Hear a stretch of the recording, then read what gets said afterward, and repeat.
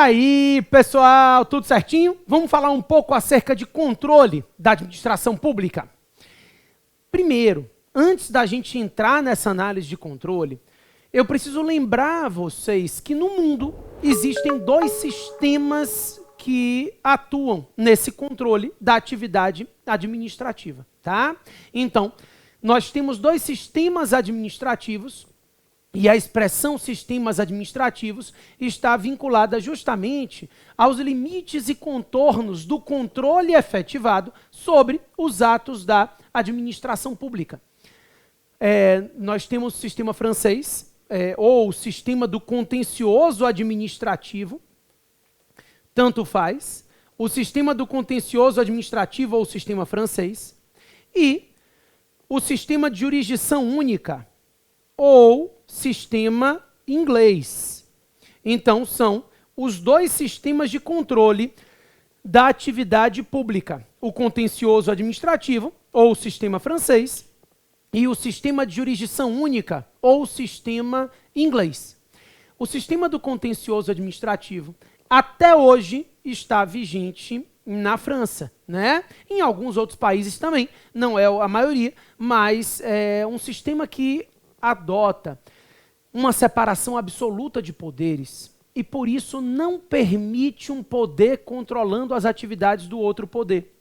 Então, no sistema francês, o Poder Judiciário julga todas as controvérsias existentes no seio da sociedade, menos aquelas controvérsias que tenham como parte a administração pública. Então, as controvérsias que tenham a administração pública como parte somente podem ser controladas pela própria administração. O Poder Judiciário, ele não pode julgar controvérsias que tenham a administração pública como parte.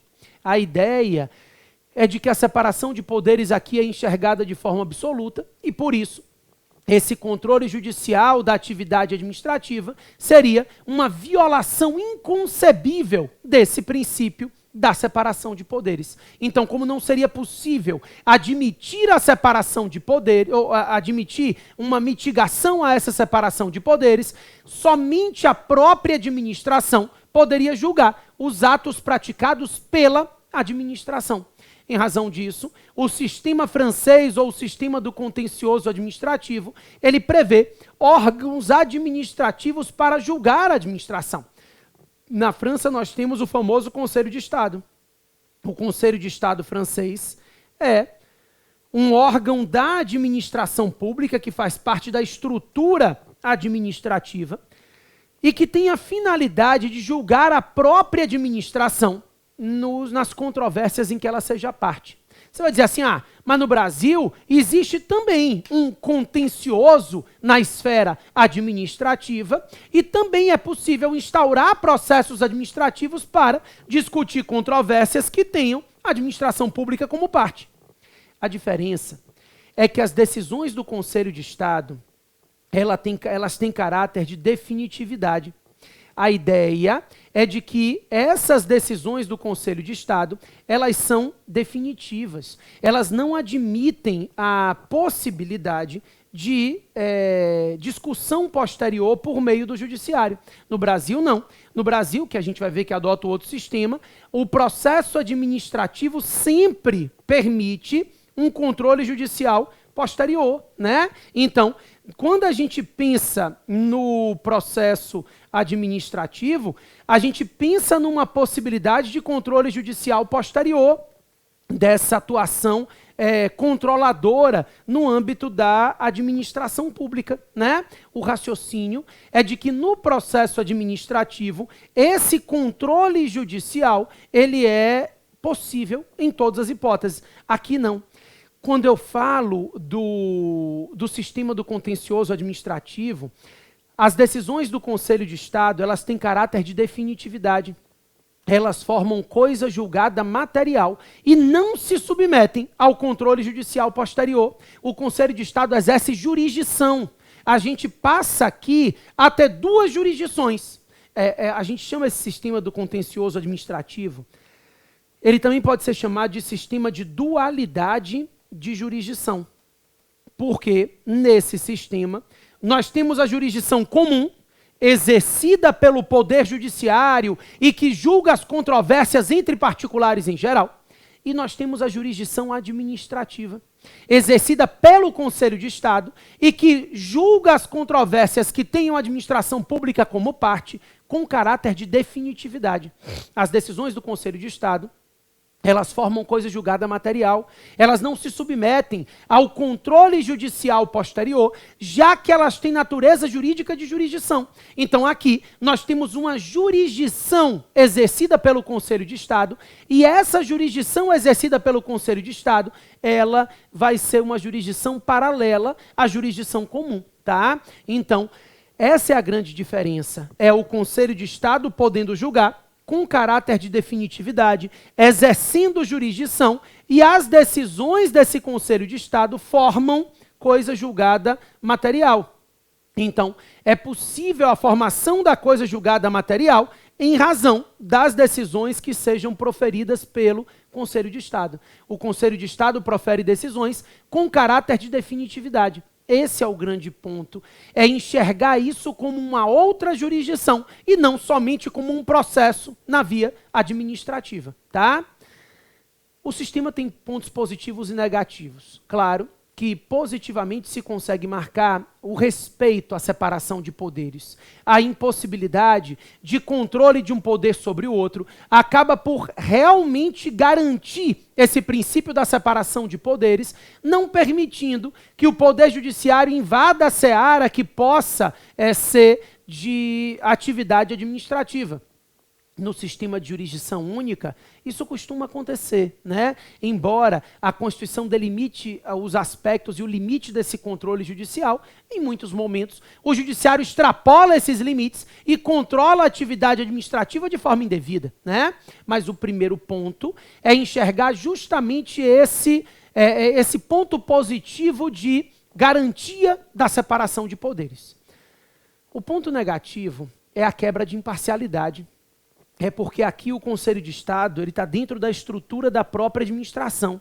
A gente sabe que a estrutura administrativa ela acaba tendo uma carga política diferente no âmbito do judiciário. Embora a gente hoje fale em algumas decisões judiciais com carga política, né? É diferente, porque o provimento no âmbito do executivo, do legislativo, né, quando eu digo assim, as atividades principais, se dá muitas vezes por meio de escolhas políticas, se não o sufrágio universal, a escolha direta pelo chefe do executivo. Então, na prática, a grande dificuldade aqui é manter a imparcialidade.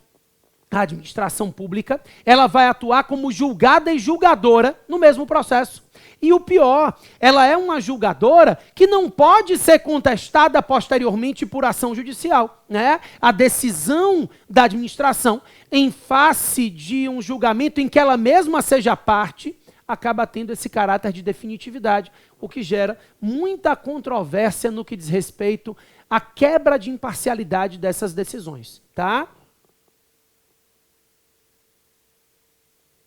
O sistema de dualidade de jurisdição, o sistema francês, não é o sistema adotado no Brasil.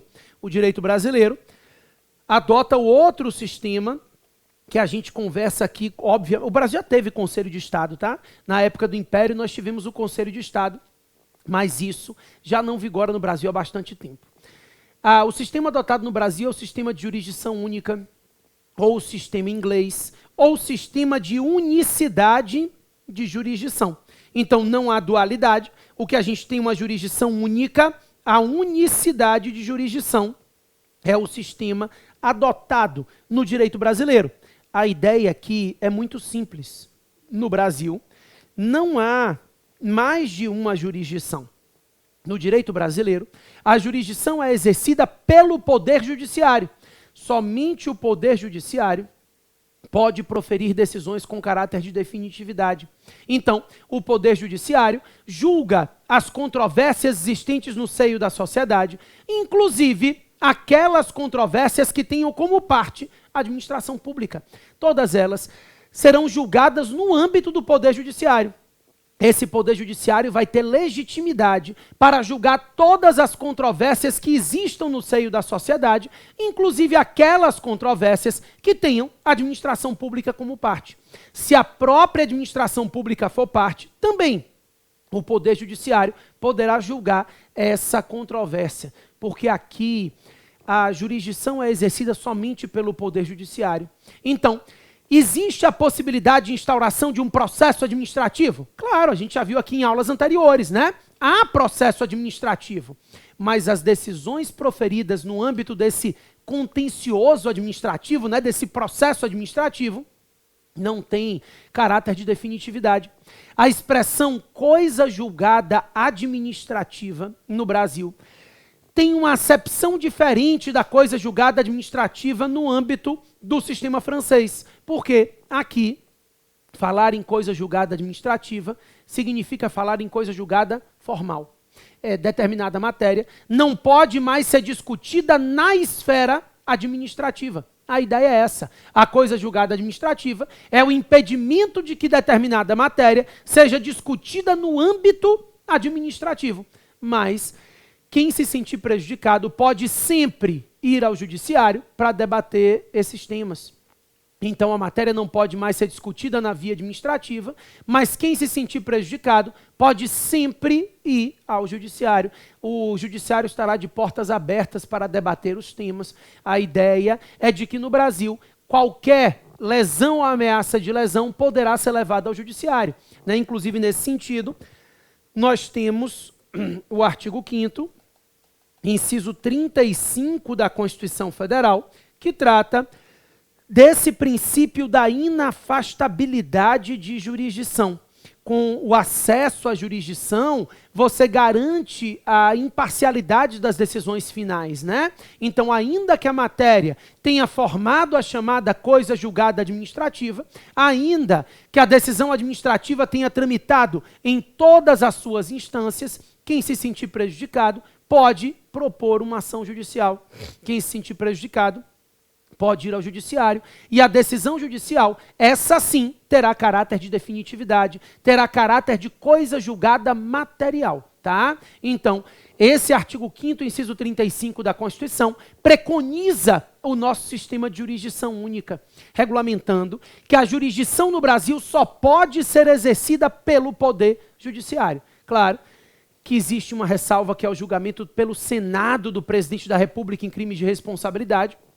É a função jurisdicional atípica sendo exercida pelo Poder Legislativo, mas, a princípio, a jurisdição no Brasil é única e as decisões proferidas em processos administrativos não formam coisa julgada material, ou seja, não tem caráter de definitividade. É o sistema adotado no direito brasileiro que não enxerga uma separação absoluta de poderes. Aqui no Brasil, o nosso sistema é um sistema de tripartição de poderes, sendo que esses poderes, o legislativo, o executivo e o judiciário, eles são independentes, mas eles são harmônicos entre si. Essa harmonia entre o poder legislativo, o executivo e o judiciário cria o que a gente chama de sistema de freios e contrapesos, né? Então, os check and balances, como a gente fala no direito americano, que justamente torna possível o controle de um poder sobre o outro. Então, um poder pode controlar as atividades do outro poder. Isso é o sistema de freios e contrapesos. Como a gente vai debater aqui o controle da administração pública, e como eu já estou lhe dizendo que o controle pode ser efetivado por todos os poderes do Estado, né, diante do sistema de freios e contrapesos, de antemão, a gente vai analisar o controle que a administração exerce sobre ela mesma, o controle que o judiciário exerce sobre a administração e o controle que o poder legislativo exerce sobre a administração. Então, a gente tem que analisar cada um deles. A administração pública é controlada pela própria administração, a administração pública é controlada pelo Poder Judiciário e a administração pública também é controlada pelo Poder Legislativo, tá? Antes da gente entrar nessa análise toda, um por um, eu queria fazer algumas classificações do controle administrativo, do controle da administração, para facilitar depois os pontos seguintes, tá? Primeiro, esse controle da atuação administrativa, ele pode ser ou um controle de legalidade ou um controle de mérito. Então, no que tange ao conteúdo, o controle da administração, ele pode ser controle de legalidade ou ele pode ser controle de mérito. Essa é a minha primeira classificação, é a classificação que toma por base o conteúdo do controle. Então, no que diz respeito ao conteúdo, é possível que ele seja um controle de legalidade, é possível que ele seja um controle de mérito. Vamos lá. O controle de legalidade é aquele controle que se limita à análise do ato administrativo em referência à lei. A lei não, ao ordenamento jurídico. A expressão legalidade no âmbito do direito administrativo, e a gente já está num ponto do estudo da gente que vocês já sabem isso, mas eu quero só relembrar, ela diz respeito à juridicidade. Ou seja, a gente está falando de uma legalidade mais ampla do que o simples respeito à lei. Para que esse ato da administração pública seja considerado válido, lícito, esse ato deve respeitar a lei, mas ele deve também respeitar todos os princípios constitucionais aplicáveis àquela matéria, né? Então, é o respeito à lei, mas é o respeito também a todos os princípios constitucionais. Isso é legalidade. É um ato que respeita a lei, é um ato que respeita os princípios e regras tratados na Constituição. Então, o controle de legalidade é justamente a verificação se essa ação ou omissão da administração pública respeita as disposições legais e constitucionais. Ou seja, se essa atuação administrativa está dentro do nosso sistema constitucional administrativo. Se essa atuação ela obedece às disposições de lei, as leis que tratam sobre o tema, e se elas respeitam também todas as regras e princípios atinentes ao texto constitucional. Afinal de contas, a gente sabe que a Constituição Federal, ela traça os limites dessa atuação administrativa, não só definindo princípios, como também definindo regras, né? A Constituição Federal, ela traça princípios e regras no âmbito da administração pública e o respeito a esses princípios e regras diz respeito, né? É o que a gente vai chamar aqui de controle de legalidade. Não basta esse ato administrativo ele ser obediente à lei, formalmente falando, mas ele também tem que ser praticado atendendo a princípios, impessoalidade, não haver desvio de finalidade, né? Qualquer desvio, qualquer abuso em relação a esse ato, acaba eivando o ato de vício de ilegalidade. Então, o controle de legalidade ele abrange toda essa concepção no que diz respeito aos princípios, no que diz respeito à finalidade desse ato. Então, é a legalidade como um todo, é a juridicidade da atuação administrativa. O controle de mérito é diferente. O controle de mérito é um controle que é exercido sobre atos válidos. Então, estamos agora tratando de atos administrativos lícitos. O ato é válido, o ato é lícito, é editado regularmente, mas não há interesse público na manutenção do ato. O controle de mérito é um controle de oportunidade e conveniência, tá? Sempre que você pensa no mérito administrativo, você está pensando em aspectos de conveniência e oportunidade. O controle de mérito diz respeito à busca pelo interesse público, para que esse ato administrativo ele tenha esse mérito efetivamente controlado. Esse ato tem que ser praticado para atender ao interesse público. Então não basta o ato administrativo ser praticado licitamente, ele tem que ser oportuno e conveniente. Então, esse controle de mérito não diz respeito à legalidade. O ato da administração pública respeita os princípios constitucionais, também está adequado àquela disposição legislativa, mas eu preciso verificar se essa atuação ela se compatibiliza com os fins desejados pelo Estado, com a finalidade pública, com o interesse da coletividade, né? Porque isso é mutável. Então, esse ato pode ser praticado para atender ao interesse público e depois deixar de atender a esse interesse, porque o interesse público varia ao longo do tempo e do espaço, né? Então, o controle de mérito é um controle de oportunidade e conveniência, é um controle de interesse público sobre atos válidos, em regra. Também, o controle administrativo, no que diz respeito ao órgão controlador, ele pode ser legislativo, administrativo e judicial. Obviamente, é autoexplicativa essa classificação, né? O controle legislativo é aquele exercido pelo poder legislativo. A gente vai ver que ele pode ser um controle parlamentar direto, quando o controle é exercido pelo próprio parlamento, pela Câmara, pelo Senado ou pelo Congresso Nacional. E também o controle legislativo pode se dar com auxílio do Tribunal de Contas, órgão auxiliar do Poder Legislativo no exercício desse controle. Então, o controle pode se dar pelo Poder Legislativo, seja diretamente pelo Parlamento, seja com auxílio do Tribunal de Contas, órgão que atua nesse controle contábil financeiro, auxiliar do Poder Legislativo, não integra a estrutura do Poder Legislativo, mas é um órgão auxiliar do Poder Legislativo. O controle judicial é aquele controle exercido pelo Poder Judiciário sobre os atos da administração. E aqui vale sempre relembrar o que a gente acabou de conversar acerca do sistema de jurisdição única, né? No direito brasileiro, o controle judicial é garantido pelo nosso sistema administrativo adotado, o sistema de jurisdição única, o sistema que estabelece que somente o Poder Judiciário profere decisões com caráter de definitividade.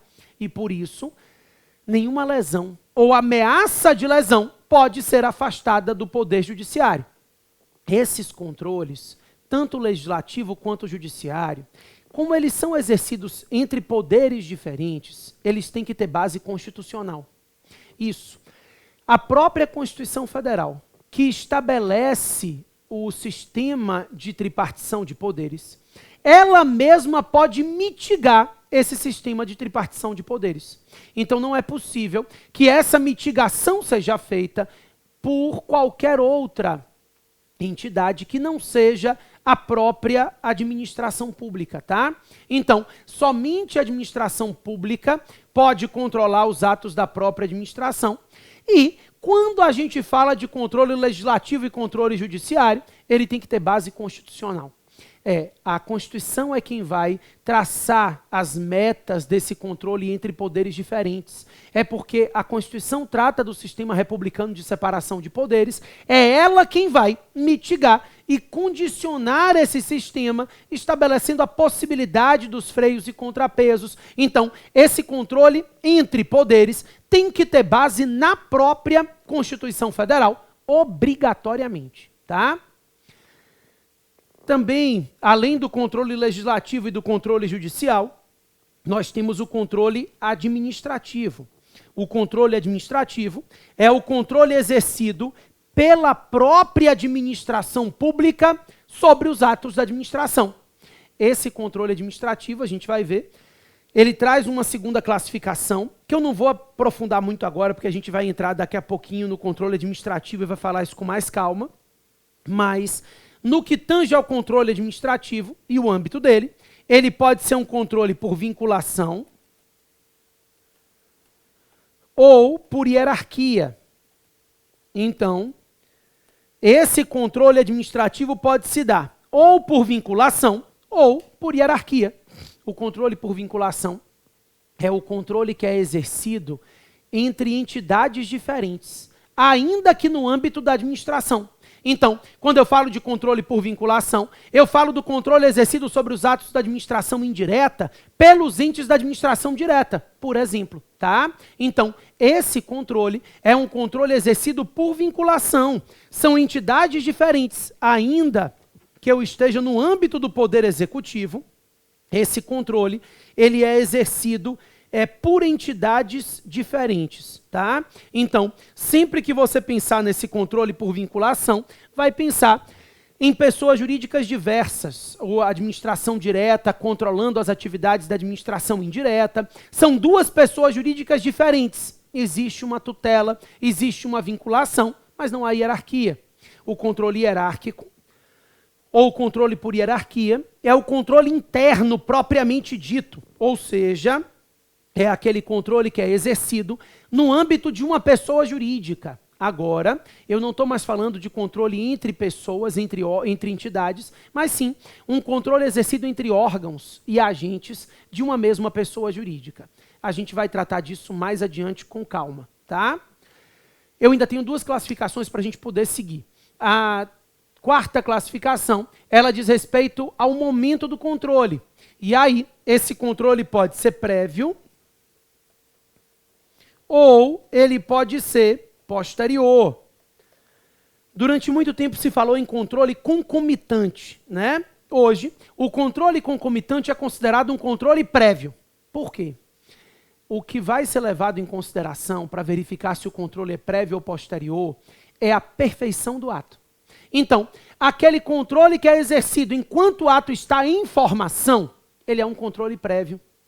Exatamente. Ele é um controle prévio porque o ato administrativo ainda está em formação. Então, sempre que você pensar no controle exercido pelos atos administrativos que estão em formação, você vai pensar em um controle prévio exercido no âmbito da administração pública. A ideia é de exigir uma homologação, exigir uma aprovação antes do ato ser concluído. Esse controle é prévio. O ato está em formação, ele ainda não se aperfeiçoou e ele já se submete a um controle. Quando eu digo que um outro órgão tem que aprovar o meu ato, isso é um controle prévio. O ato está sendo formado e ele já está submetido a um controle exercido por outro órgão, né? O outro órgão vai aprovar, vai homologar. Então a gente está diante de um controle prévio, o controle que é exercido antes da perfeição do ato. Antes que o ato se aperfeiçoe, ele já se submete a esse controle, tá? O controle posterior, ele já não diz respeito à homologação, à aprovação de atos que estão sendo formados. O controle posterior é aquele que atinge o ato já perfeito.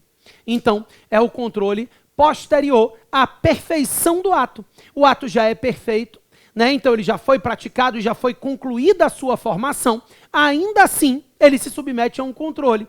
Então ele pode ser anulado, ele pode ser revogado. E aí eu já estou falando na retirada de um ato administrativo que já se aperfeiçoou. Isso é um controle posterior, tá? Então hoje a gente não usa mais, alguns doutrinadores ainda usam, mas eu não falo mais em controle concomitante. O concomitante seria aquele durante a formação do ato. Se é durante a formação do ato, ele é prévio, porque durante a formação do ato significa prévio à perfeição desse ato. O ato só é perfeito depois que ele cumpre as etapas de formação. Então, enquanto esse ato estiver em formação, enquanto ele for imperfeito, o controle é prévio, né? Então, aqui a gente enxerga a exigência de visto, de homologação, de aprovação, tudo isso dentro dessa análise de controle prévio.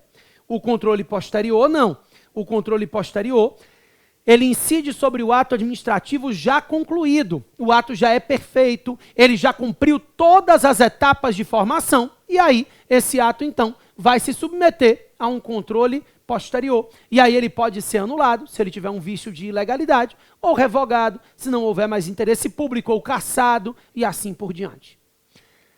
A última classificação, ela toma por base a iniciativa, o poder de iniciativa. E aí, no que tange ao poder de iniciativa, o controle pode ser provocado ou o controle pode ser de ofício. Bem fácil, né? Autoexplicativo isso aqui. O controle provocado é aquele que depende da provocação de algum interessado. Então, um terceiro, verificando a ilegalidade ou a necessidade de revisão daquele ato, pode provocar o órgão controlador, seja no judiciário, no executivo, no legislativo, o direito de petição, né? Então, aqui a gente vai analisar esse controle provocado, mas é a provocação de alguém que faz com que o sistema de controle passe a funcionar. E o controle de ofício não. O controle de ofício é aquele controle que se dá por iniciativa própria do órgão controlador, sem que haja provocação de terceiros. O próprio órgão controlador toma a iniciativa de efetivar esse controle. Nem todos os órgãos controladores podem atuar de ofício nessa atividade, né? A gente vai chegar nessa análise agora, mas esse controle de ofício se dá por iniciativa do órgão responsável pelo controle. tá certo? Então, as classificações são basicamente essas. Eu volto daqui a um minutinho, porque eu quero conversar justamente sobre o controle feito pela administração, pelo legislativo e pelo judiciário, ok? Sai daí não, eu já volto. E aí, vamos lá? Então, eu quero começar conversando dos 3 controles acerca do controle administrativo. A ideia é analisar o controle que a própria administração pública exerce sobre seus atos, né? É talvez o mais abrangente de todos os controles e ele se dá dentro da própria estrutura do que a gente chama de administração. Eu lembro que a gente não pode vincular a administração obrigatoriamente ao Poder Executivo, né? Então, quando o CNJ faz o controle sobre o ato de um juiz, esse controle está sendo dado internamente, é um controle administrativo. O julgamento do CNJ não é jurisdicional, é administrativo. A ideia é de que a função administrativa está tipicamente no Executivo, mas também ela está atipicamente espraiada nos outros poderes, tá? O fato é que esse controle administrativo, esse controle que a administração exerce sobre seus próprios atos, ele pode se dar ou por vinculação ou por hierarquia. O controle por vinculação é um controle que, embora seja administrativo, não é interno, propriamente dito. Porque é um controle exercido entre pessoas jurídicas diferentes. Quando você pensa no controle por vinculação, você pensa em uma entidade controlando as atividades de uma outra entidade. Então, a União controla as atividades de uma entidade autárquica do INSS, né? Quando o Estado controla as atividades de uma empresa estadual, uma empresa estatal do Estado. A ideia é de que esse controle por vinculação, ele se manifesta entre pessoas jurídicas diferentes. A ideia é que estejamos dentro da estrutura da administração, sim, mas tratando de pessoas jurídicas diversas. São pessoas jurídicas diferentes dentro da estrutura da própria administração pública, tá? Então, a gente consegue vislumbrar a ideia desse controle exercido pelas entidades da administração direta sobre as entidades da administração indireta. É o exemplo mais forte desse controle por vinculação, que nós podemos chamar também de tutela administrativa. Então, a tutela administrativa ou a vinculação é justamente esse controle não hierárquico que é exercido entre pessoas jurídicas diferentes, tá? Então, da administração direta para outras pessoas jurídicas, entidades criadas pela administração, por lei para atuar na administração indireta, a gente fala em controle por vinculação, o controle por tutela. Além desse controle por vinculação, o controle também pode ser feito por hierarquia. O controle hierárquico ou por subordinação, dá no mesmo. Hierarquia, subordinação, é um vínculo existente internamente. Então, o controle por hierarquia ou por subordinação é um controle exercido entre órgãos e agentes de uma mesma pessoa jurídica. Quando eu falo do controle hierárquico, eu estou tratando de uma única pessoa jurídica e das atividades exercidas no âmbito daquela pessoa jurídica. Esse é o controle exercido por hierarquia. É um controle hierárquico, é um controle interno. Ele, nós podemos falar, que representa o conceito de autotutela. Então, eu já vi uma questão de prova discursiva de concurso que perguntava a diferença entre autotutela e tutela administrativa.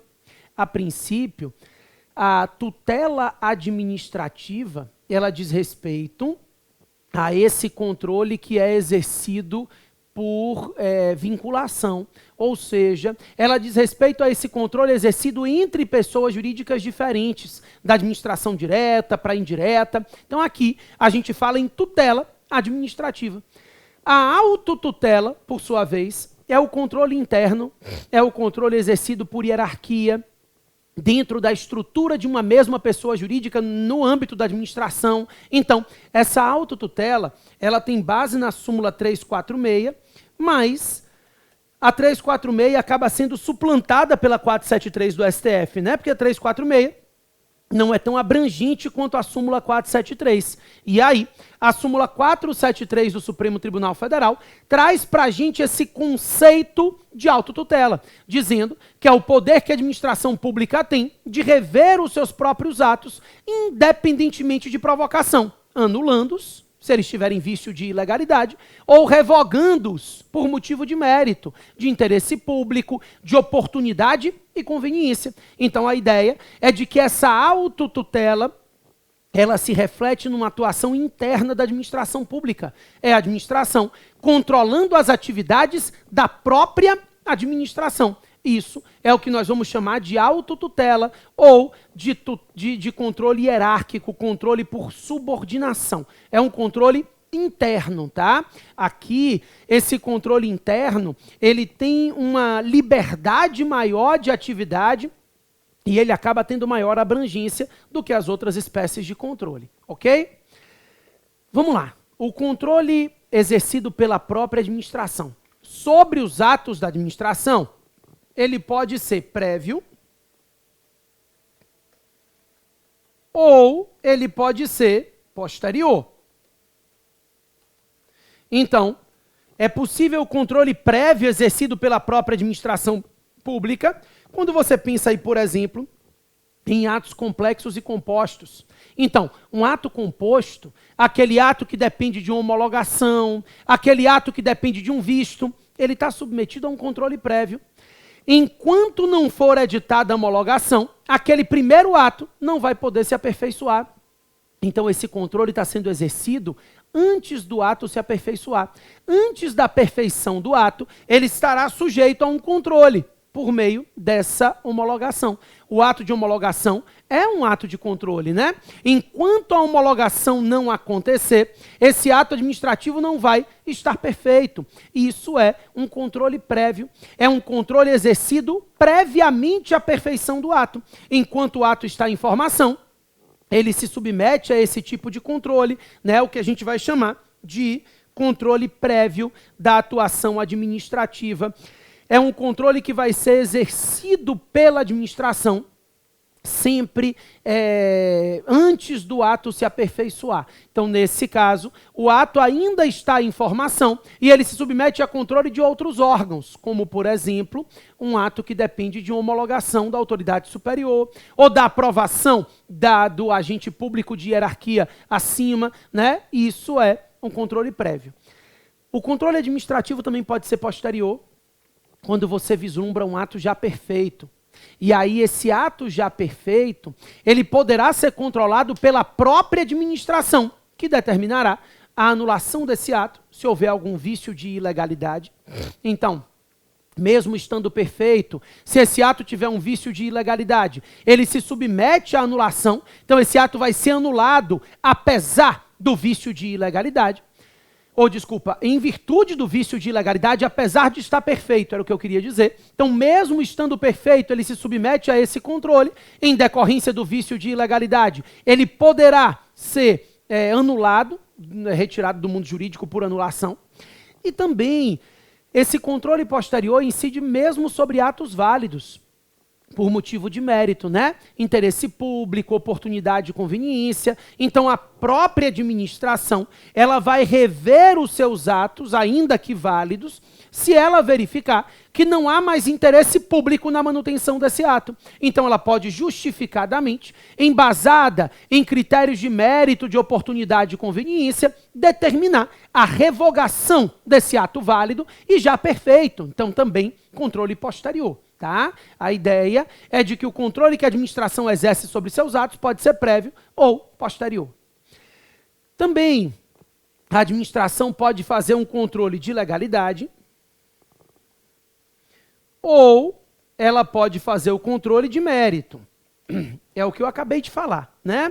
Como o controle interno, o controle da administração pública pela administração, ele é mais abrangente, ele pode incidir sobre atos ilegais, E aí, ilegais, considere isso de forma ampla, como a gente já conversou, né? Então, o ato que viole um princípio constitucional, um ato que vá em contrariedade ao dispositivo de lei que determina a prática desse ato, o ato praticado com abuso de poder, seja excesso ou desvio de finalidade, né?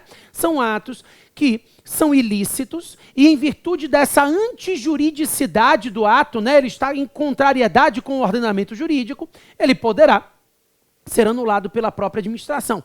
Poderá só não. Deverá, né? A administração pode e deve anular um ato viciado praticado por ela. Se ela vislumbra que esse ato sofre de um vício, ela não só pode, como ela deve determinar a anulação desse ato. Mas também a administração pública tem legitimidade para fazer o controle de atos válidos por motivo de mérito. Então, quando eu falo de controle administrativo, ou seja, quando eu falo controle que a administração exerce sobre os atos da própria administração, esse controle pode se dar somente no que tange ao mérito também. Então, o ato é válido, o ato é lícito, não há nenhum vício de ilegalidade sobre esse ato, mas não há mais interesse público na manutenção do ato. Isso é o que a gente vai considerar como controle de mérito. Apesar de válido, o ato precisa atender ao interesse público. E se ele não atende ao interesse público, esse ato, então, vai ser revogado, vai ser retirado do mundo jurídico com efeitos ex nunc, mesmo sendo válido, porque o controle administrativo também abrange a análise de mérito, de oportunidade e conveniência desse ato. Por fim, esse controle administrativo, ele pode ser de ofício, ou ele pode ser provocado. Então, a administração pública pode atuar de ofício, ou ela pode atuar mediante provocação de qualquer interessado. Vamos por partes. O controle de ofício, pessoal, decorre do que a gente vem chamando de poder de autotutela, né? Então, a legitimação do entendimento de que a função administrativa é uma função direta. Ela não depende de provocação de nenhum interessado, ela não é uma função indireta, ela não é exercida somente mediante provocação. A administração pública, ela tem o poder e o dever de rever os atos que ela pratica, independentemente de provocação de qualquer interessado. Então, essa autotutela, ela faz com que a gente enxergue no âmbito de processos administrativos, e a gente falou isso nas aulas de processo. Aliás, muitos pontos aqui, eu já ia para o quadro, mas vou voltar. Muitos pontos aqui dessa parte de controle interno, a gente já vai ter conversado parcialmente quando tratou de processo administrativo, tá? Mas eu preciso tratar para estruturar. Então, quando a gente fala dessa atuação de ofício, a gente lembra que os processos administrativos atendem ao princípio da oficialidade ou do impulso oficial, né?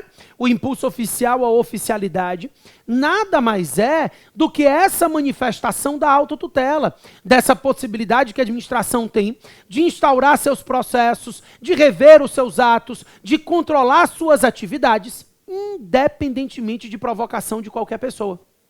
Aqui, a gente vai, ao longo das aulas, a gente começa a perceber como o direito administrativo é intrincado, como um tema vai trazendo o outro na prática, né? E aí a gente vai trabalhando todos os temas, efetivamente, porque um tema vai exigindo a análise de outro tema e assim por diante, a gente repete um tema quando fala de outro.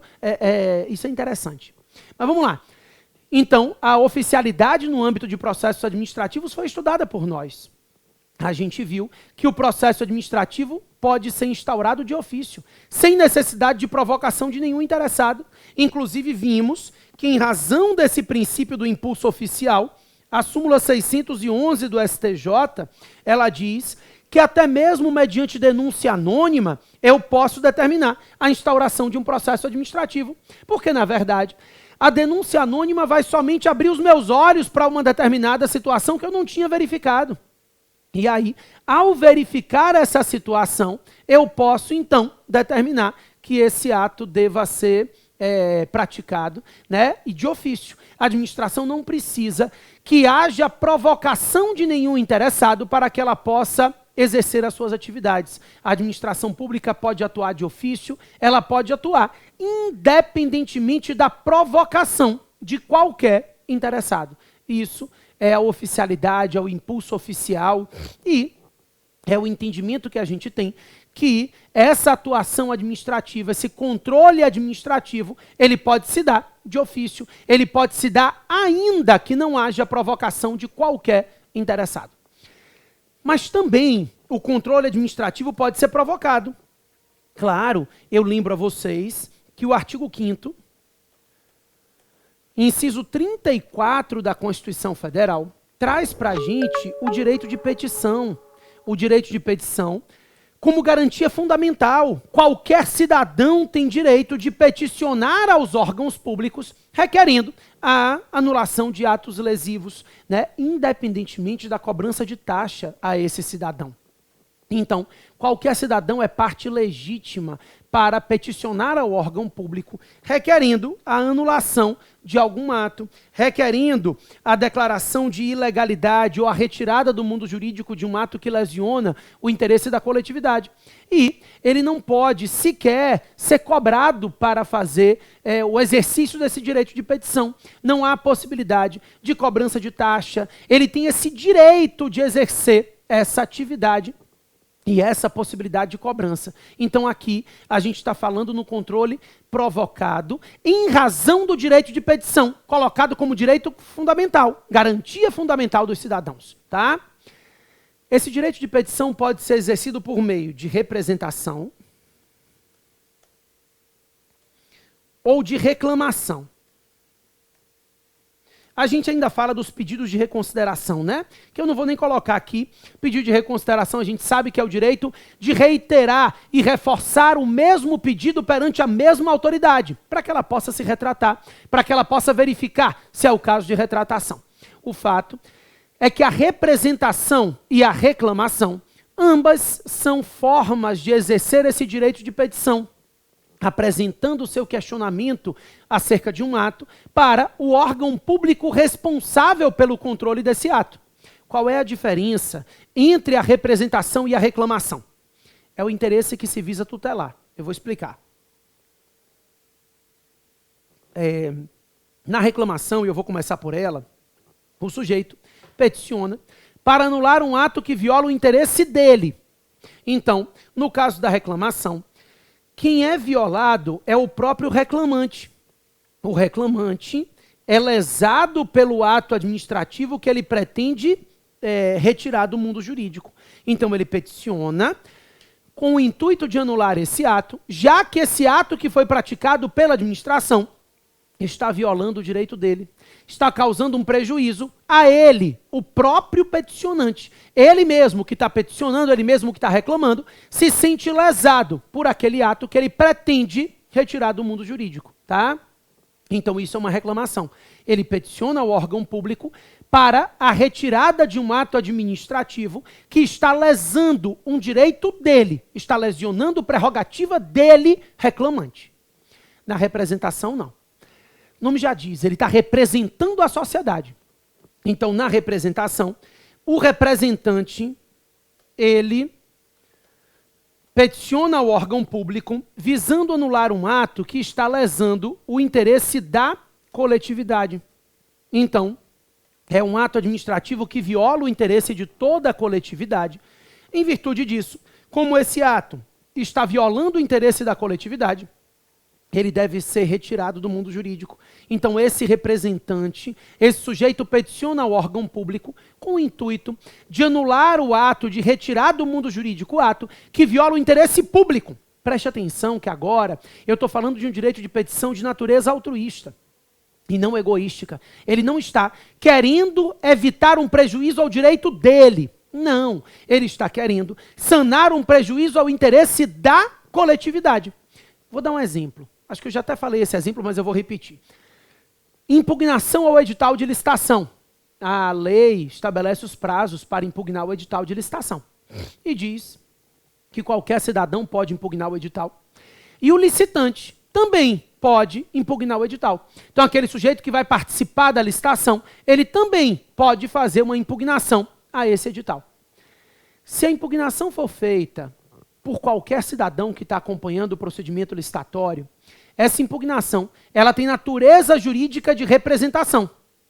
E se a impugnação for feita por um licitante, ela tem natureza jurídica de reclamação, porque o licitante está impugnando o edital para resguardar o direito dele, enquanto que o sujeito que não é licitante e é um cidadão acompanhando o procedimento licitatório, ele está impugnando o edital para resguardar a lisura do procedimento, para garantir o interesse da coletividade. Essa é a diferença básica, tá? O direito que está sendo tutelado. Na representação, se protege o interesse público. Na reclamação, o sujeito protege o interesse dele, reclamante, certo? Beleza. É importante lembrar ainda que no âmbito do direito administrativo e do controle administrativo, o particular ainda tem o direito de manejar recursos administrativos para debater temas. A gente já tem uma manjadíssima súmula vinculante número 21, que diz que esses recursos administrativos, eles não podem depender da comprovação de depósito, né?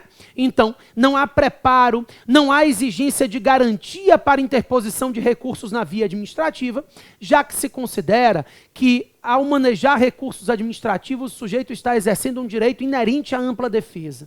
Então, por isso, para interposição de recursos administrativos, não se exige depósito prévio, garantia, caução. Isso não será exigido quando se tratar de interposição de recursos na via administrativa. Beleza? Esses recursos administrativos, eles têm algumas peculiaridades. Vamos lá. Primeiro, eu quero lembrar vocês que a regra é que os recursos administrativos têm efeito meramente devolutivo. Eles não têm, em regra, efeito suspensivo. A lei atribui efeito suspensivo a alguns recursos na via administrativa. Então, por exemplo, quando a gente estuda procedimento licitatório, na licitação, o recurso administrativo, por exemplo, que é interposto da fase de habilitação ou da fase de classificação, ele tem efeito suspensivo, porque o artigo 109 o artigo 109 da Lei 8666, ele mesmo já confere efeito suspensivo a esse recurso, tá? Então, é uma exceção legislativa. A lei, ela pode conferir efeito suspensivo a determinados recursos, mas isso é exceção. Em regra, recursos administrativos têm efeito meramente devolutivo. Ou seja, a interposição do recurso, ela não suspende o andamento do processo onde ele foi interposto e esse recurso segue, o processo segue o seu curso mesmo antes da análise desse recurso. Então, a regra geral é de que os recursos administrativos tenham efeito meramente devolutivo, em regra, tá? Então, em regra, esses recursos têm efeito meramente devolutivo, eles não têm efeito suspensivo. Mesmo nessa situação, ou seja, mesmo considerando que, em regra, esses recursos têm efeito meramente devolutivo, caso a autoridade administrativa responsável pelo recurso considere relevante, ela pode atribuir efeito suspensivo a esse recurso. Então, a própria autoridade administrativa que vai analisar o recurso pode atribuir efeito suspensivo a esse recurso justificadamente. Mas, repito, é que a regra é que não haja, tá? Então, a regra geral é que o recurso não tem efeito suspensivo, mas esse efeito suspensivo, ele pode ser atribuído pela autoridade. E aí vai ser caso a caso. Aí não é a lei que está fazendo, é a autoridade responsável que está fazendo. E quando essa autoridade o faz, ela vai ter que fazer caso a caso, ela vai ter que fazer justificadamente. Mas é possível, sim, a atribuição de efeito suspensivo casuisticamente aos recursos administrativos, quando a lei não o faça. Além disso, como regra, e a gente também já conversou sobre isso, mas eu quero relembrar, como regra geral, os recursos administrativos admitem reformatio impégios. E aí, essa possibilidade da reformatio impégios, ela decorre do que a gente estava chamando de autotutela, né? Ou seja, se a administração pública, ao analisar o recurso, verificar que a decisão anterior estava equivocada, ainda que essa decisão equivocada, quando alterada, prejudique o recorrente, a administração não só pode, como ela deve rever a decisão equivocada, tá? Então, a princípio, a reformatio in pejus, ela é admitida no âmbito de recursos administrativos, tá? Então, é possível que a decisão do recurso administrativo piore a situação do recorrente. Isso, pessoal, eu repito, decorre de dois aspectos. Primeiro, da autotutela, como a gente já conversou. Ainda que o sujeito não tivesse interposto um recurso, a administração poderia de ofício verificar a ilegalidade e ela teria que rever aquele ato, mesmo prejudicando o particular, ela teria o poder e dever de rever aquele ato. Então ela não pode praticar um ato de suspensão se o sujeito cometeu uma infração punível com demissão, por exemplo, né? E o outro aspecto importante é a gente conseguir enxergar que a legalidade estrita determina a atuação administrativa. Então, a administração pública não pode manter um ato ilícito para evitar uma reforma que piore o interesse do particular. Então, a reformatio in pejus ela vai ser feita para garantir a legalidade dos atos. Ainda que nessa análise de legalidade eu acabe prejudicando o particular que estava recorrendo, eu não posso, para evitar o prejuízo a esse particular, violar o princípio da legalidade e manter um ato ilícito no mundo jurídico, dizendo, olha, eu estou resguardando o interesse dele, porque ele interpôs um recurso e eu não posso reformar a decisão recorrida para piorá-lo. Então, os recursos não têm essa proibição da reformatio in pejus, é possível, a priori, que a decisão do recurso piore a situação do sujeito recorrente, o que é diferente nos casos de revisão da via administrativa, né? Assim como na revisão criminal, as revisões administrativas dependem de fatos novos, a gente já falou sobre isso, e aí, como se trata de uma análise de novos fatos, eu não estou revendo aquele ato porque eu achei que ele está ilegal, injusto, não. Eu estou analisando novos fatos, aí eu não tenho como piorar mais a situação do particular, tá? E aí a lei atribui expressamente essa característica, dizendo que da revisão não pode haver agravamento de penalidades, por exemplo. O outro aspecto importante é lembrar a vocês que esses recursos administrativos devem ser interpostos dentro do prazo estabelecido, né? Então aqui a gente fala em tempestividade. E além de ser interposto dentro do prazo, ele deve ser interposto perante a autoridade competente para julgar esse recurso. Então esse prazo varia. Por exemplo, a Lei 9784 de 99, que trata das regras gerais acerca de processo administrativo, fala de um prazo de 10 dias, mas a 8.112 é o Tratado PAD, fala em 30, né? O procedimento licitatório, os prazos para recurso na 8666, 5 dias úteis. Então isso vai variando de acordo com a lei que trate daquele processo, mas o fato é que a tempestividade é relevante.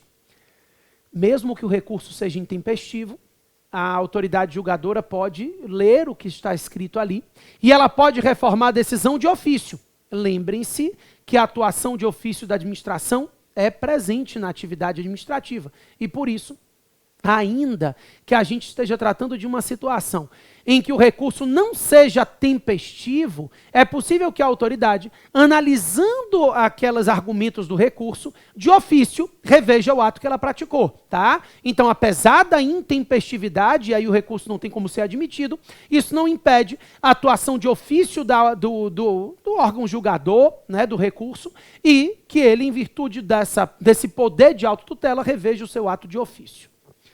A competência também é relevante para a análise do recurso, mas aqui tem um aspecto interessante. Eu não posso exigir que o sujeito conheça a estrutura dos órgãos administrativos e retirar dele o direito à análise de um recurso porque ele desconhece a estrutura da organização administrativa. É por isso que, se ele se equivocar em relação ao recurso, à autoridade competente, o que vai ser feito, ao invés de inadmitir o recurso, é que essa autoridade incompetente, ela vai dizer que o recurso não é interposto perante ela, vai apontar quem é a autoridade competente para julgamento do recurso, E depois de fazer esse apontamento, ela vai devolver o prazo para recurso. Então ela diz, olha, recorra perante fulano de tal, ao invés de recorrer perante a minha aqui. E você vai ter agora de novo o seu prazo devolvido para que você possa recorrer perante fulano de tal, tá? Então, o erro em relação à autoridade competente faz com que a autoridade competente informe esse erro e, ao informar esse erro, ela devolva o prazo para que ele possa interpor o recurso, agora sim, perante a autoridade competente para analisá-lo. Ok? Beleza. Além do controle administrativo, eu queria falar do controle legislativo e do controle judicial. A gente faz isso na próxima aula de meia horinha, né? No próximo bloco, enfim, o nome que você quiser dar, eu já volto para a gente seguir adiante. E aí, pessoal, vamos lá? Então, falar um pouquinho sobre o controle judicial e também sobre o controle legislativo. Para começar, o controle legislativo, a gente já chegou a falar sobre isso, mas agora eu vou entrar com mais cuidado. Ele se divide em duas espécies. Ele é o controle exercido pelo poder legislativo sobre os atos da administração. E quando a gente pensa nesse controle que o poder legislativo pode exercer sobre os atos da administração, nós dividimos o controle legislativo em dois grupos. Nós temos o chamado controle parlamentar direto e o controle exercido com auxílio do Tribunal de Contas. Então, o controle legislativo pode, a princípio, ser o que a gente chama de controle parlamentar direto. É aquele controle exercido pelo próprio parlamento, né? Pela Câmara, pelo Senado ou pelo Congresso Nacional. A gente tem aqui várias situações em que o controle é exercido pela Câmara, outras hipóteses em que o Senado faz efetivo controle, então o Senado julga o presidente da República em crime de responsabilidade, a Câmara aceita a denúncia, né? E, em algumas situações, o controle é exercido pelo próprio Congresso Nacional, né? Então, o Congresso Nacional, por exemplo, julga as contas do presidente da República. Esse controle parlamentar direto, ele está espraiado no texto constitucional. Em vários dispositivos da Constituição Federal, nós encontramos esse controle parlamentar direto. Ele é uma matéria muito mais vinculada às provas de direito constitucional e muito mais cobrada, efetivamente, nessas provas de direito constitucional, tá? Na análise do direito constitucional, vocês vão ter esse estudo do controle parlamentar direto em diversas situações. Então, por exemplo, como eu já cheguei a citar, né? O Congresso Nacional, ele julga as contas do presidente da República, após a emissão de um parecer do Tribunal de Contas. A gente vai falar disso quando eu for entrar no Tribunal de Contas. O controle parlamentar direto julga o próprio presidente da República em crime de responsabilidade. A Câmara tem que aceitar a denúncia. Agora o Senado também, né, que a gente tem jurisprudência de impeachment no país. Negócio triste. Mas, enfim. E depois esse presidente vai ser julgado pelo Senado Federal, que se torna um tribunal de julgamento. Então, é o Senado julgando a atividade da administração. O Congresso Nacional, ele também pode sustar os atos normativos que exorbitem o poder regulamentar. Então, aqueles atos normativos que exorbitam o poder regulamentar, eles podem ser sustados pelo Congresso Nacional. É a atividade do Congresso sustar os atos normativos que exorbitam do poder regulamentar. Também o Congresso Nacional deve autorizar a saída do presidente da República e do vice-presidente do país, por prazo grande, né? Então, são situações em que o próprio texto constitucional, em várias hipóteses, prevê que a atividade da administração ficará condicionada a um controle que vai ser exercido pelo parlamento. O próprio Congresso Nacional, o parlamento diretamente, fica responsável pelo controle dessa atuação administrativa. Então, a gente tem uma atuação administrativa controlada pelo próprio parlamento, tá? Nesse contexto, pessoal, ao tratar do controle parlamentar direto, eu quero lembrar vocês as chamadas comissões parlamentares de inquérito, ou CPIs, né? A CPI, ela pode ser da Câmara, ela pode ser do Senado, ela pode ser mista, então o próprio Congresso Nacional pode montar uma CPI e ela tem amplo poder investigativo no exercício das suas atividades. Então, com essa atividade e esse poder investigativo, a Comissão Parlamentar de Inquérito acaba efetivando o controle de atuação exercida pela administração pública. Então, determinados atos praticados pela administração podem ser verificados por essas comissões parlamentares de inquérito, né? No que diz respeito à idoneidade, à legalidade desses atos. Então, isso também é uma manifestação desse controle. Como eu disse, a CPI não tem função jurisdicional, mas ela tem amplo poder de investigação. Ela pode determinar quebra de sigilo bancário, ela pode determinar quebra de sigilo telefônico, ela não pode determinar quebra do sigilo das conversas telefônicas. Cuidado que essa é uma pegadinha clássica, né? Então, a quebra do sigilo telefônico pode ser determinada pela CPI, ou seja, a Comissão Parlamentar de Inquérito vai determinar que se quebre o sigilo da telefonia. Quantas vezes ele ligou para quais telefones, quanto tempo demorou cada ligação, quais telefones ele ligou no outro dia. Enfim, é a quebra dos dados de ligações dele. Então, essa quebra do sigilo telefônico pode ser determinado pela CPI. Agora, o que a CPI não pode é determinar a quebra do sigilo das conversas telefônicas, ou seja, a chamada escuta telefônica, essa só pode ser determinada pelo judiciário. Somente o Poder Judiciário pode determinar a escuta telefônica. Então, aí são coisas diferentes, né? A quebra do sigilo das conversas telefônicas a CPI pode determinar. A escuta telefônica, não. A escuta telefônica, essa vai ter que ser feita no âmbito do Poder Judiciário. É o Poder Judiciário que pode determinar essa escuta telefônica, tá? Beleza. Também, pessoal, queria lembrar para vocês que o controle pelo Legislativo, né, além do controle parlamentar direto, esse controle vai ser exercido pelo Poder Legislativo com auxílio do Tribunal de Contas. O Tribunal de Contas, ele não é órgão integrante do Poder Legislativo.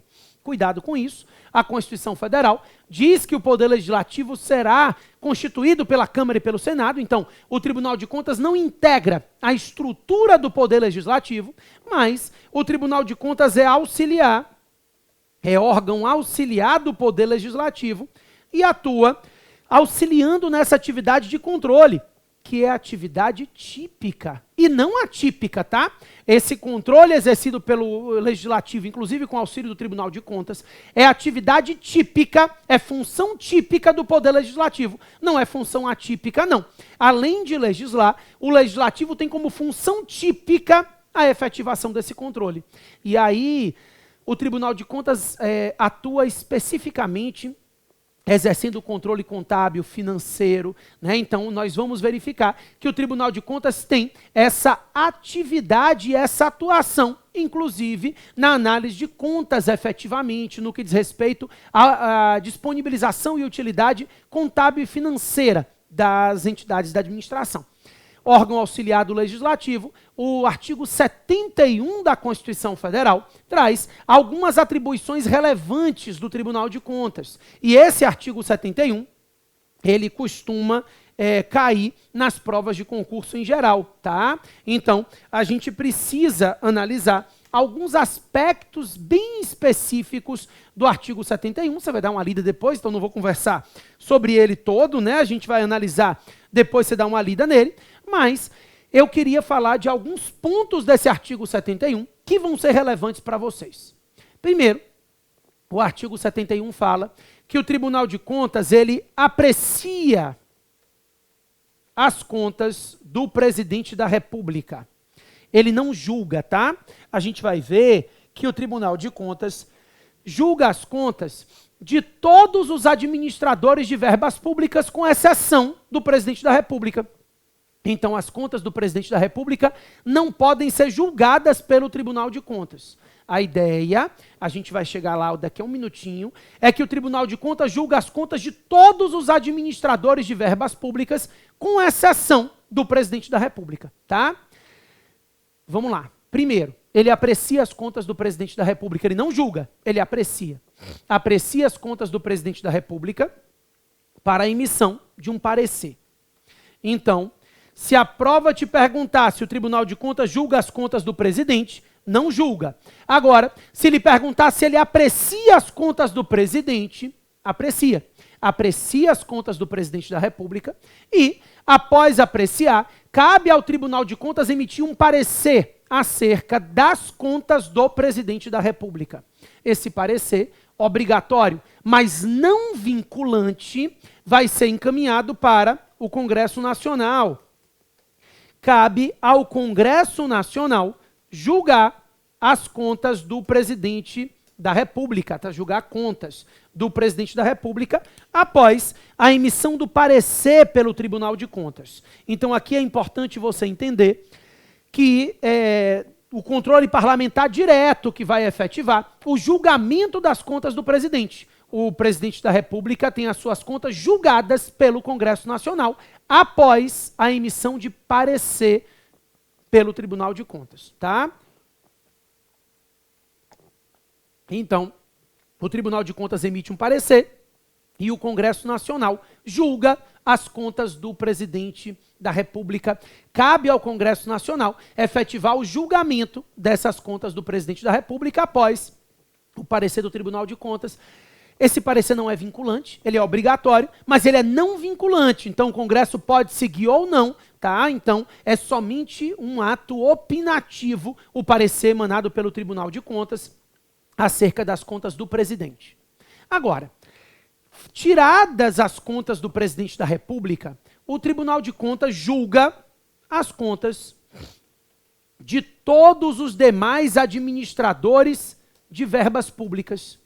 A Constituição fala de dinheiros públicos, né? Aí dinheiros é feio, né? Pois é, mas a ideia é que todos aqueles que são responsáveis por dinheiros, bens, valores, ou seja, todo mundo que atua com dinheiro público tem as suas contas julgadas pelo Tribunal de Contas. Então, entenda a abrangência desse julgamento, que abarca não só as entidades da administração pública, direta e indireta, mas abarca também entidades do terceiro setor, entidades privadas filantrópicas que recebem incentivo fiscal ou creditício, aonde o dinheiro público estiver. O Tribunal de Contas tem a legitimação para fazer o julgamento das contas daquela verba, tá? Então, o Tribunal de Contas tem acesso à utilização do dinheiro público que foi disponibilizado para efetivar o controle, para que não haja desvio de verba. Então, ainda que esse dinheiro público federal tenha sido entregue a um município, esse município vai ter que prestar contas ao TCU.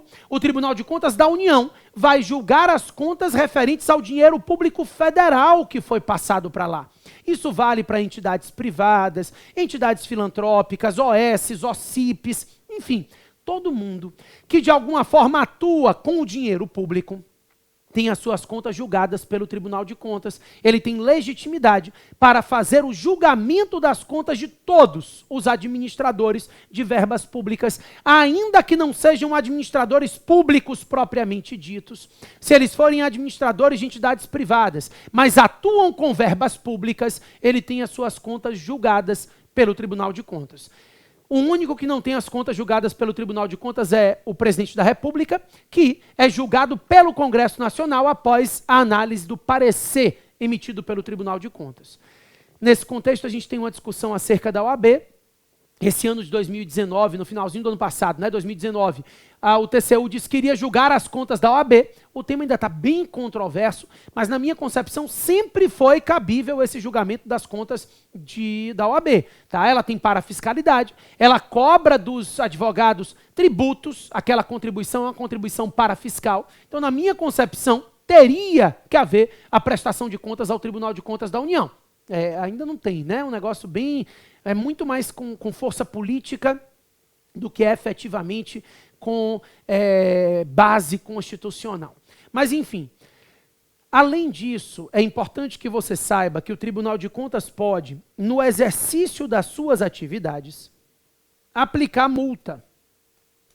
E a multa aplicada pelo Tribunal de Contas, ela tem natureza de título executivo.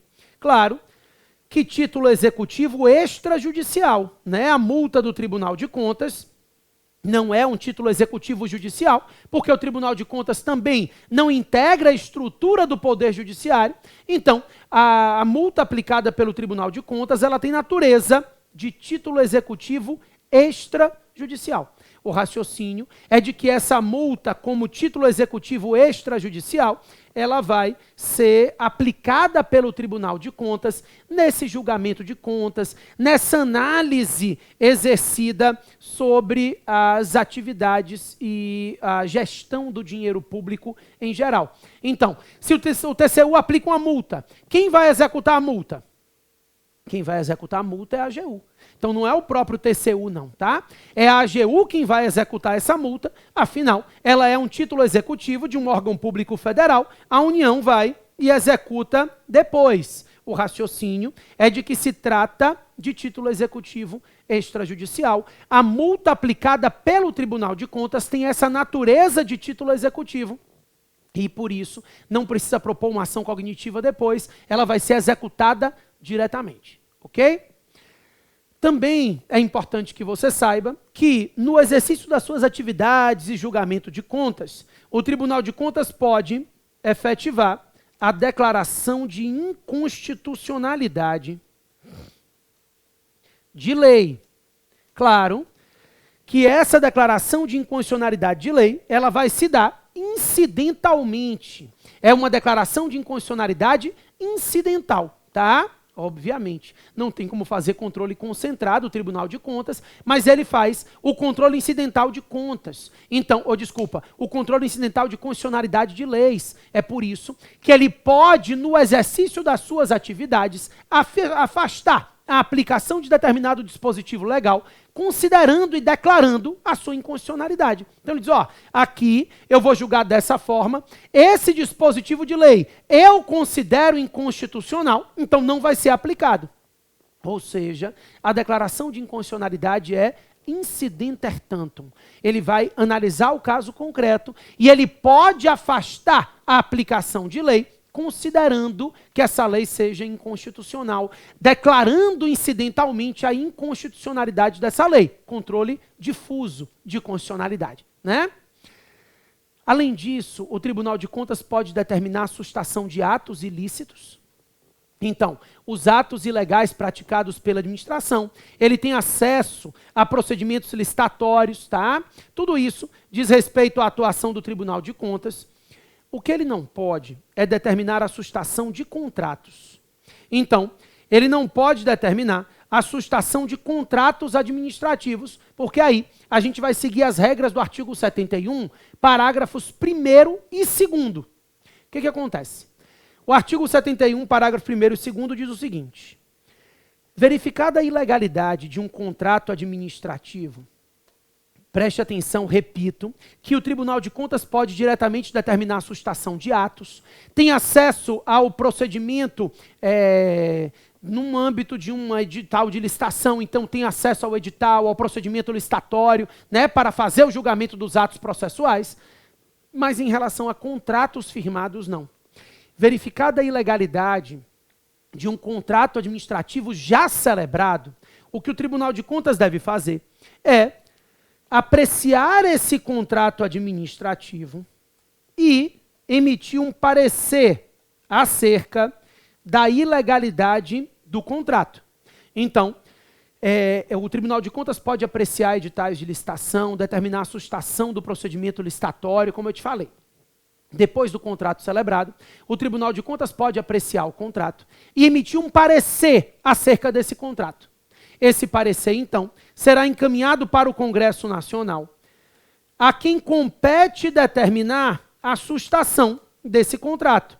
Então, a sustação do contrato administrativo será determinada pelo Congresso Nacional, após a emissão do parecer pelo Tribunal de Contas. O Tribunal de Contas emite um parecer e quem determina a sustação do contrato é o Congresso Nacional. O controle parlamentar direto é quem tem legitimidade para determinar a sustação de contratos administrativos já previamente celebrados. Agora, se depois de encaminhado o parecer ao Congresso Nacional, o Congresso não se manifestar, se mantiver inerte por 90 dias, aí o Tribunal de Contas decidirá a respeito. Vamos lá. O Tribunal de Contas decidirá a respeito. Não significa dizer que o Tribunal de Contas poderá determinar a sustação, tá? O entendimento hoje é que, nesse caso, o Tribunal de Contas pode voltar a provocar o Congresso Nacional, determinando ou requerendo, né, essa sustação, fundamentando e concluindo. Mas ele não pode determinar diretamente a sustação do contrato administrativo, mesmo nesse caso em que o Congresso fique inerte por 90 dias. O decidirá a respeito não significa dizer que o Tribunal de Contas possa determinar a sustação desse contrato. Ok? Beleza. Quero lembrar ainda a vocês que o controle legislativo ele pode ser provocado também, ele não é só de ofício não, tá? Então, qualquer cidadão pode denunciar irregularidades ao Tribunal de Contas, o direito de petição também é exercido perante o Tribunal de Contas e qualquer cidadão pode efetivar denúncias perante o Tribunal de Contas em relação a esses atos, ok? Beleza. Além do controle administrativo e além do controle legislativo, a administração pública também é controlada pelo Poder Judiciário. O controle judicial, ele tem fundamento principal no fato de que o Brasil adota o sistema inglês, ou o sistema de unicidade de jurisdição, ou de jurisdição única, né? Tanto faz. A adoção do sistema inglês pelo direito brasileiro faz com que esse controle judicial seja inerente à atuação administrativa. Então, hoje, o artigo 5º, inciso 35 do texto constitucional, fala do princípio da inafastabilidade de jurisdição. O princípio da inafastabilidade de jurisdição regulamenta a ideia de que nenhuma lesão ou ameaça de lesão pode ser afastado do Poder Judiciário. Então, todas as lesões ou ameaças de lesões serão analisadas pelo Poder Judiciário, obviamente desde que ele tenha sido provocado. A função jurisdicional no Brasil é inerte. Então, desde que o Judiciário tenha sido provocado, ele terá amplo poder de controle no que tange aos aspectos de legalidade desses atos administrativos. Esse princípio da inafastabilidade, ele gera duas consequências importantes. Eu quero que você anote as duas. A primeira consequência importante é que, quando a gente trata do princípio da inafastabilidade de jurisdição, eu estou lhe dizendo que ainda que tenha havido a formação da coisa julgada administrativa, quem estiver interessado poderá ir ao judiciário. Então, mesmo depois de tramitado o processo administrativo por todas as instâncias cabíveis, mesmo depois de concluído o processo administrativo com a decisão final e formada a chamada coisa julgada administrativa, quem se sentir prejudicado pode ir ao judiciário. O judiciário estará de portas abertas para receber quaisquer pessoas que se sintam prejudicadas pela decisão proferida na via administrativa, tá? Então, mesmo com essa formação da coisa julgada administrativa, ela é uma coisa julgada meramente formal e, por isso, o particular poderá ir ao judiciário para discutir a matéria que já havia sido concluída na via administrativa. Inclusive, quando a gente fala da autotutela, da súmula 473, ela diz assim, garantido, em todos os casos, a apreciação judicial. Então, a administração pode rever seus atos, mas a autotutela, ela não afasta a tutela jurisdicional, mesmo porque a tutela jurisdicional no Brasil, ela é inafastável, né? Beleza. Também, eu lembro a vocês que quando a gente trata da inafastabilidade, existe uma segunda consequência. Eu lhe disse que mesmo que haja formação da coisa julgada administrativa, pode-se ir ao judiciário. O segundo ponto é o oposto. Para ir ao judiciário, não precisa haver a formação da coisa julgada administrativa. Ou seja, a ida ao judiciário não depende do esgotamento das instâncias administrativas. Ele não precisa esgotar as vias administrativas para que ele possa ir ao judiciário posteriormente. A ida ao judiciário é livre, ainda que ele não tenha esgotado as instâncias administrativas. Esse é o raciocínio, tá? Então, esse controle judicial, ele não depende do esgotamento das instâncias administrativas. Claro que tem uma exceção. A exceção é a justiça desportiva, tá? Então, a Constituição Federal diz expressamente que para se ir ao judiciário, quando se tratar de matéria de justiça desportiva, a justiça desportiva, ela é via administrativa, tá? Ela não faz parte do Poder Judiciário. Embora a gente chame de justiça, ela é órgão da administração. O STJD é um órgão da administração. Superior Tribunal de Justiça Desportivo é um órgão não jurisdicional. Então, para se ir ao judiciário, nesses casos, primeiro tem que haver o esgotamento da via administrativa, tem que se esgotar as instâncias da justiça desportiva para depois se ir ao judiciário. Essa é uma regra regulamentada no texto constitucional. Então, nesse caso, a gente tem uma exceção constitucional, mas depois pode, tá? Então, eu me lembro de um julgado que a gente teve aqui da justiça desportiva, que era justamente a questão do Flamengo, se caía a Portuguesa, se caía Flamengo, e aí decidiu se derrubar a Portuguesa, né, para a segunda divisão. Alguém propôs uma ação popular e o juiz suspendeu o campeonato. O Galvão Bueno dizia assim, tinha aqueles programas dele, né, ele dizia assim, é um absurdo uma decisão de um juiz qualquer em atrapalhar o Campeonato Brasileiro de Futebol de 2000 e tanto, sei lá que ano era. Gente, mas um juiz pode acabar com a vida de alguém, com os bens todos, mas não pode atrapalhar um campeonato de futebol? Claro que pode, né? Então, compete ao judiciário, após o esgotamento da instância administrativa, analisar aquela atividade. Para algumas ações, não precisa haver o esgotamento da instância administrativa, mas precisa necessariamente haver uma tentativa na via administrativa, né? Então aí a gente fala do interesse de agir. Por exemplo, hoje se entende que não dá para impetrar o mandado de segurança se não houver uma negativa do seu direito na via administrativa. Não é o esgotamento das instâncias, é a negativa do direito para que você tenha o interesse de agir, de ir ao judiciário, tá? Então, em determinadas ações, o interesse de agir depende da tentativa e negativa na via administrativa daquele seu direito. Mas isso não é esgotamento das instâncias administrativas, porque isso não é obrigatório para se ir ao judiciário, tá? A atuação jurisdicional, ela pode se dar, ela é sempre provocada. Então, o controle judicial não pode ser exercido de ofício. A função jurisdicional no Brasil é inerte e, por isso, o controle judicial é sempre um controle provocado. Quem se sentir prejudicado deve provocar o Poder Judiciário para que ele efetive esse controle. O controle judicial, ele pode ser prévio ou posterior. Então, mandado de segurança preventivo, né? Como eu disse a vocês, o artigo 5º 35 diz que não será afastado do judiciário nenhuma lesão e nenhuma ameaça de lesão. Então, o controle pode ser posterior, mas também existe o controle prévio quando houver a ameaça da prática de um ato administrativo ilícito, uma real ameaça, o controle pode ser prévio. Esse controle pode ser de legalidade unicamente, não podendo ser exercido no que tange ao mérito, né? Claro que a gente sabe que o controle de legalidade é amplo, abrangendo todos os princípios constitucionais. Então, por exemplo, há uns 15 dias atrás, eu estou analisando isso aqui agora, iníciozinho de junho, né? Não sei quando é que você vai assistir essa aula, mas eu estou gravando início de junho de 2020. Então, há um tempinho atrás, você se deparava com a situação do Alexandre de Moraes suspendendo liminarmente a decisão de nomeação de um do dirigente da Polícia Federal.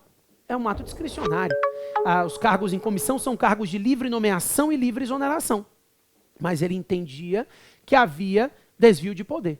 O desvio de poder enseja uma ilegalidade nesse ato. Ele entendeu que houve a violação ao princípio da impessoalidade. O intuito era beneficiar uma pessoa, enfim, nesses casos, não estou discutindo se tinha ou se não tinha, né? Não quero entrar no caso concreto, mas quero te mostrar que o controle judicial pode se dar sobre atos discricionários, sempre no que tange aos limites de legalidade. Ou seja, esse ato tem que se adequar à lei e aos princípios constitucionais. E esse controle judicial pode se dar por meio de ações de procedimento comum reguladas pelo CPC ou das ações constitucionais específicas de proteção do cidadão, como o mandado de segurança, o habeas data, né, os remédios constitucionais, eles também podem ser veiculados para que o judiciário controle a atividade administrativa ilícita, seja a ação, seja a omissão ilegal, né, quando a administração tem que atuar para atender ao interesse da coletividade e não o faz, essa omissão ilícita também pode ser controlada pelo Poder Judiciário. Ok? É isso. Com isso, a gente fecha os aspectos gerais de controle e depois a gente volta para tratar de outros temas, tá bom? Valeu, pessoal. Até a próxima, hein?